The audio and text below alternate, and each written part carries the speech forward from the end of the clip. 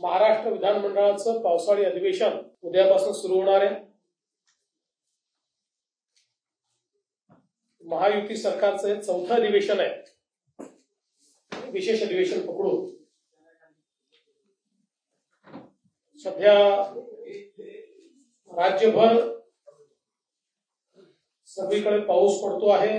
बहुतांश ठिकाणी समाधानकारक पाऊस आहे, काही ठिकाणी अतिवृष्टी आहे, काही तालुक्यांमध्ये अजूनही थोडी पावसाची कमतरता आहे, पण बहुतांश ठिकाणी पाऊस चांगल्या प्रकारे पडलेला आहे। पेरण्या देखील अतिशय चांगल्या प्रमाणात होत आहेत आणि बियाणं खतं वगैरे उपलब्ध असावीत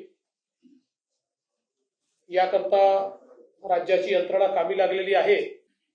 विशेषतः खतांच्या संदर्भात काही जिल्ह्यातनं तक्रारी आल्या, त्या तक्रारी ऍड्रेस करण्याचं काम देखील चाललेलं आहे।